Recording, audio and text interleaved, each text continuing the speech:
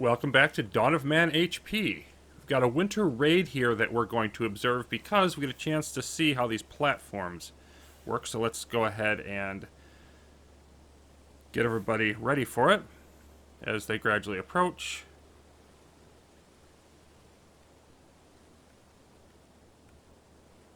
And as the people come over, they'll go ahead and hop up on these platforms automatically, just like they do with the watchtowers.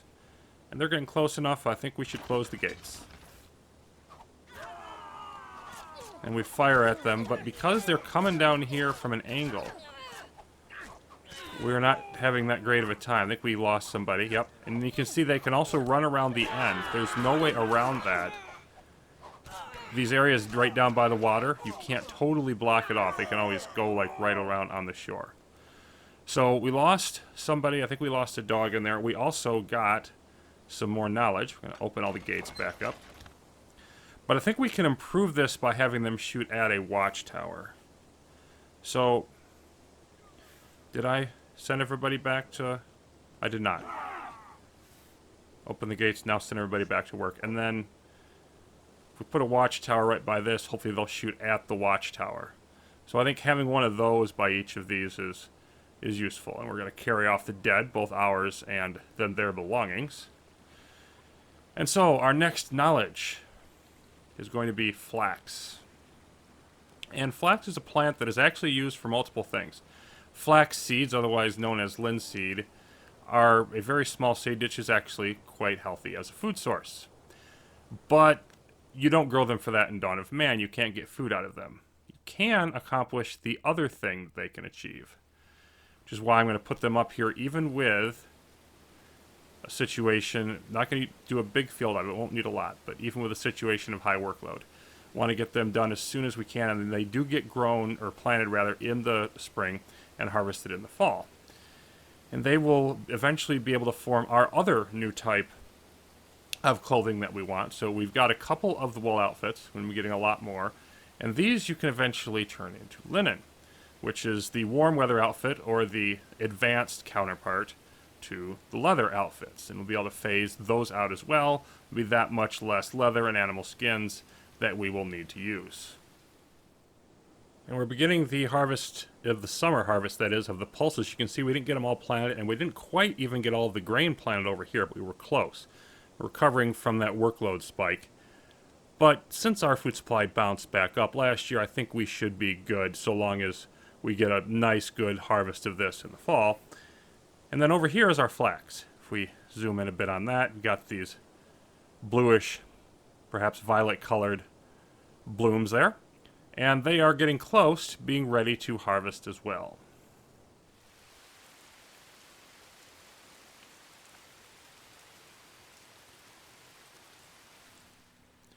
We can see the trees are starting to grow back here with the palisade finished. We don't have quite as much need for those. And we're just starting now to get our first linen outfits out. Of course, again, those are the ones for the cool weather. There's a video in the description below about how flax is turned into linen thread, but basically it involves soaking the flax and then drying it and then essentially beating the snot out of it in various ways, crimping it and pounding it and getting all the extra fibers out of that, so all you're left is the usable fiber plant underneath. But we'll be gradually building this up. You see, we don't have a ton of it.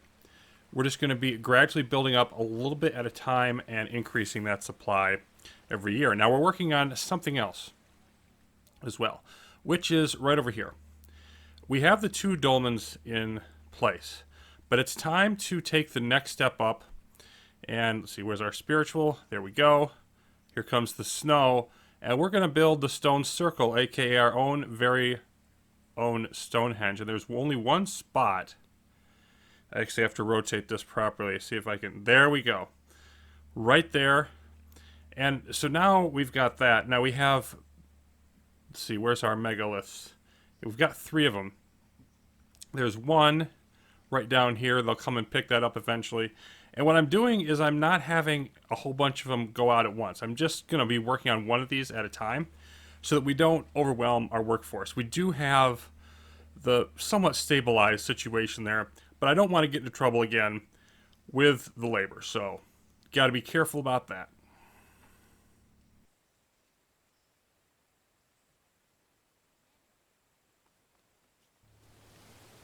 Let's take another look at our animal situation here for a bit. We do have 3 stables. And overall, you can see we have 34 animals, 22 that need shelter. So 30 in terms of space. That's a little bit close, but it's enough for the moment. 11 each of the sheep and the goats. And generally, you need about 15, roughly, to have a self-sustaining breeding population. Below that, doesn't really work as well, as we see goat coming in there. But our next objective is going to be to add another animal to the mix. Pig domestication. And this creates a bit of an issue because there aren't that many of them around. If we go hopping around here at the moment, let's see, okay, we got some other animals down here, but there's no boars over there. None that way either. Whole bunch of animals down here. None of them are boars. Got reindeer, we got some oryx over there. Let's see. The bottom line is there aren't a huge number. And so I definitely initially struggled in trying to find enough of them, but at least we have them and we can start gathering some. And of course, the reason to capture them is just as an excellent source of food, because they're just simply going to be raised to be slaughtered and give us some fresh meat without us having to go hunt it all.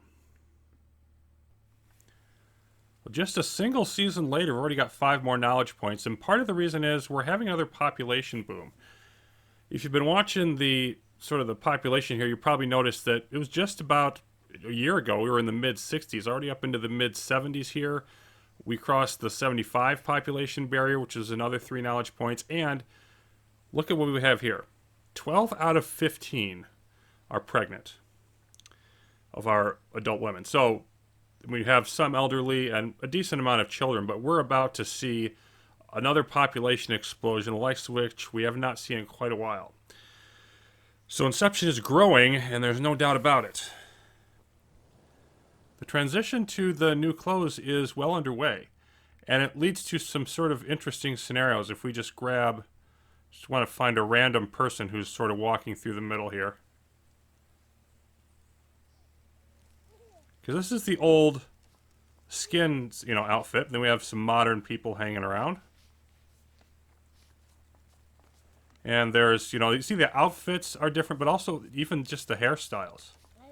And then we've got people of both types walking in here and basically standing on top of each other inside the building.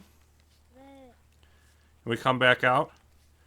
And so we can see it almost looks like it's a hodgepodge. Like these people don't belong together in the same village. We're in the middle of the transition. And there's a very eclectic look to things. So that was the cold weather wool and skins outfits.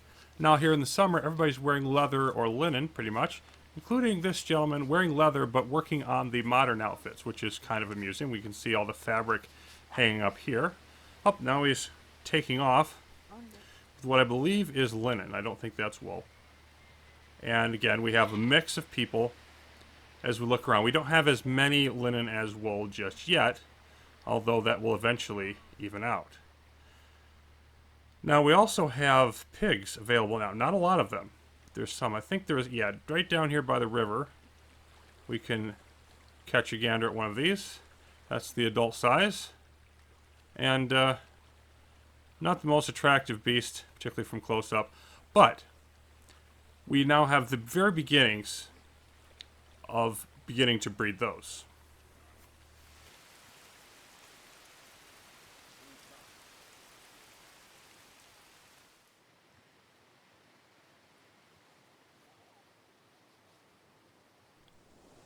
Time to grab a new upgrade here. And you see there's only 3 advances left in the Neolithic era. We're closing in on the end of that. We're going to get underground mining, but we can't actually use it yet because we are very, very busy. All of the animals milling about. You can see our workload quite high, much higher than I would like it to be at this point. We have experienced the population boom, at least a lot of it. Still more to come. Welfare, not super high at the moment. You can see the demographics evening out. We do have a good sustainable amount of goat and sheep now. Pigs, not quite there, but we've added more housing up here along this particular part of the settlement wall, and then we've got more stables. We've doubled the amount of stables in the past game year, and it's barely kept up. Got all of these trees down in this area now fully regrown.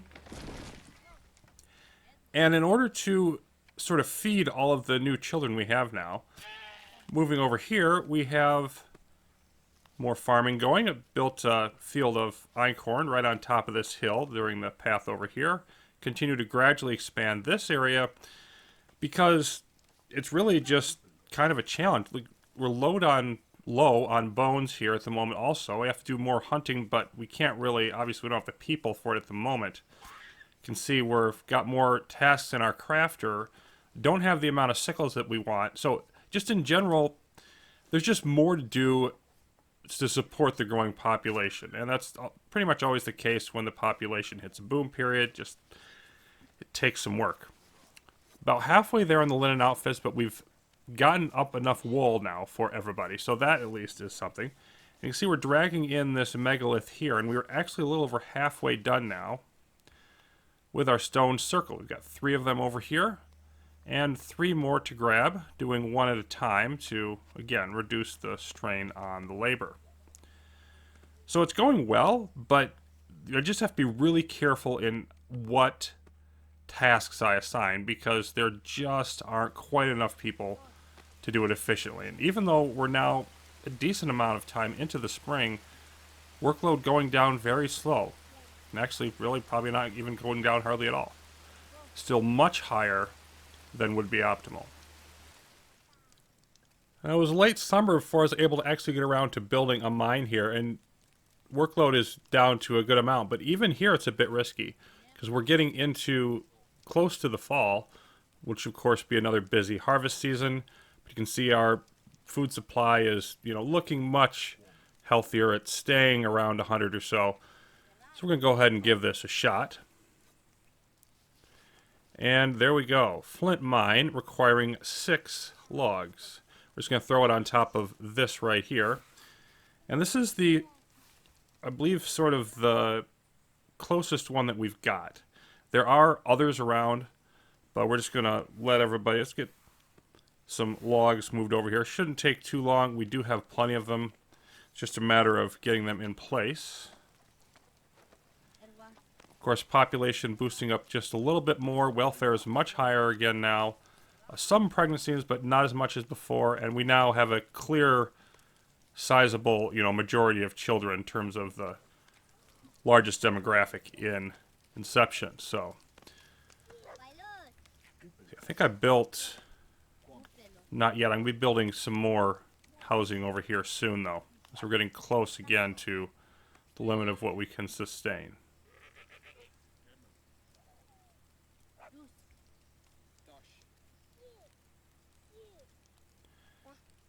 Everybody's running around at the moment, carrying around some logs. Ah, there they go. Working on this. Let's take a look at how that process goes. Of course, it's a little bit of a weird view because we're right up here against the hill. But essentially, we're digging a big mining shaft straight down into the earth.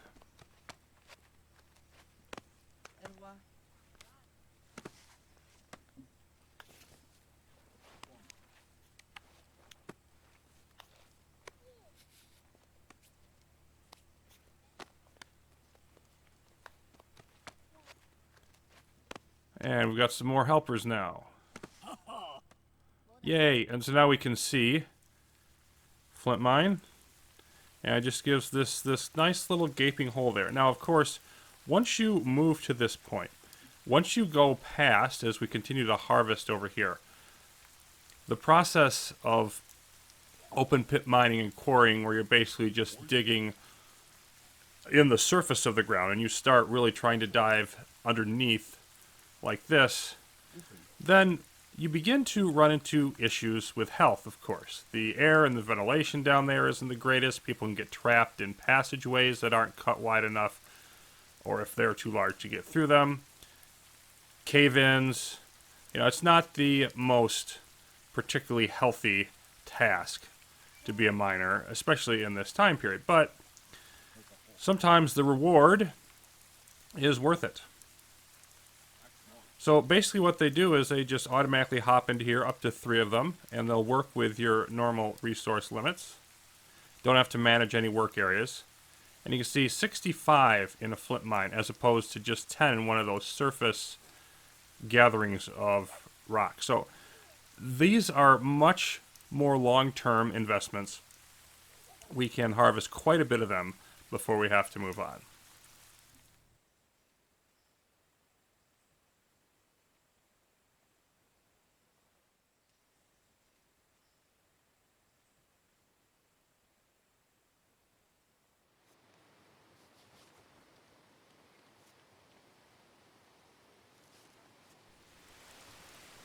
And we're now up to 95 people. Continuing to grow. There's a few more of the huts now over in this area. And it's time to boost up something new. We're going to do well digging. And this is one of those which is much more important historically than it is in the game. Now, they're still useful. Let's go ahead and get one of these set up. I'm going to build it. Yeah, that seems to be a decent place right over here underneath that tree. I'm going to actually build a few of them in different places all over the village. But here it just gives us more efficient gathering of water, which is, that's a nice thing to have. 4 sticks and 2 logs to build this.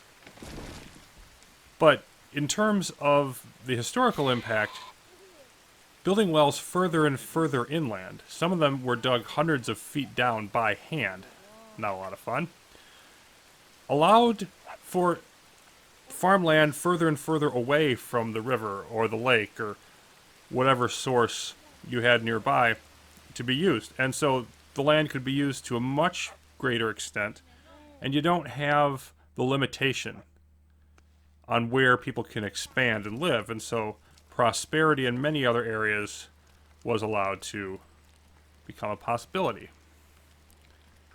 Oh, we lost a wolf. We're sort of stacking this up, and it's interesting. I was a little surprised that they had these made out of wood, but actually there was a discovery a year or 2 ago in the Czech Republic that the oldest wooden structure that we know of, about 5000 BC, is a wooden well lined with oak. I thought they would have done them out of stone originally, but that's one of those things I got to learn about history as we go through this. There's our first well, getting some more knowledge, moving on towards the next endeavor. But now we don't have to walk all the way down to the river. Exactly how deep a well needed to be to reach the groundwater, of course, varies greatly depending on location. How'd you like to be the person who got assigned to dig this one? On the other hand, this well from India, obviously they had groundwater very close to the surface. It wouldn't have needed to be nearly as deep. Advancements in digging techniques and, of course, much later drilling allowed more and more areas to become irrigated and supplied with water, even particularly dry areas of the world that for most of history have been largely unsuitable for cultivation. Inception is now approaching the century mark in terms of population and approaching half that much in terms of game years past. And when the story returns, we'll be looking to wrap up the Neolithic era and possibly move into a new epoch. Till then, thanks for watching. More Dawn of Man will continue.